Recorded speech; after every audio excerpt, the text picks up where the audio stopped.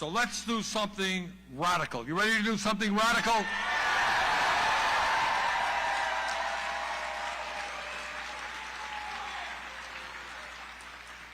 Let's do what President Trump did not do. Let us take a real look at what is going on in America today, okay? All right. We are the richest country. We are the richest country in the history of the world. But you know what? 60%, 60% of our people are living paycheck to paycheck. Now, unlike Trump, I grew up in a family that lived paycheck to paycheck, and I know a little bit about that, as I expect many of you do.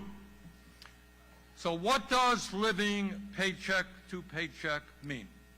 Tell me. Raise your hands and be loud. Yes, right here. It means surviving, how you survive. Yes. It means little money. What does it mean? Yes. Stress. Hold it one at a time, yeah. Survival. Exhaustion. Well, like fear. Fear of what? A fear of everything. What? Medical care. Yes, ma'am. No money for emergencies. Yes. Making difficult choices. Ma'am. Okay. All right, right there, yeah. No future. All right. Here is the reality, and I think you've all said it in a few minutes. Millions of Americans today are wondering how they're going to be able to pay their rent, and what happens if the landlord raises their rent. What do? Rents are going up all over the country. What do you do if the landlord raises your rent? You got to move? Where are you going to move to? You got to take your kid out of school. Where's it going to go? She's going to go. People are worried that your child or your parent becomes sick. You can't afford to take that person to a doctor, or you cannot afford the prescription drugs that your mom or your kid may need. What's going on today in America is people are worried. Just something as simple, as basic. Your car breaks down. You got an old car, right? Your car breaks down. And the guy at the repair shop says it's going to cost you $1,000 to get it fixed. Now, what happens if you don't have the $1,000? You can't get your car fixed. If you can't get your car fixed, you can't get to work.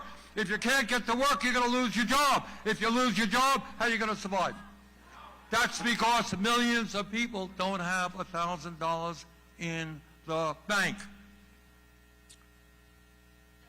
In America today, and this is a remarkable fact, it is not just that our life expectancy, you all know what life expectancy, how long we live. It's about 4 years shorter than people in other wealthy countries. And we should wonder why that is so. But here's something that is never talked about. Now, I want to throw that out to you. I want you to digest it. If you are working class in this country, your life expectancy, on average, will be 7 years shorter than if you are wealthy. Do you all understand what that is about? That means that being working class in this country in many respects is like a death sentence. You're rich, you're going to live long life, you're working class 7 years shorter. Why is that? A stress. All right. What stress is about, stress is not some concept, oh, we're stressed out. Stress is a physiological reaction. And there is, doctors frame it as it's the